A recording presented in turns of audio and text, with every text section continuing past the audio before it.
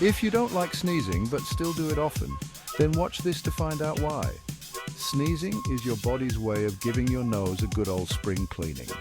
When something like dust or pollen irritates your nose, your brain sends a signal to get rid of it. That's when your muscles work together for that big achoo. Fun fact, the air from a sneeze can travel up to 100 miles per hour. So next time you sneeze, remember, it's just your body being a neat freak.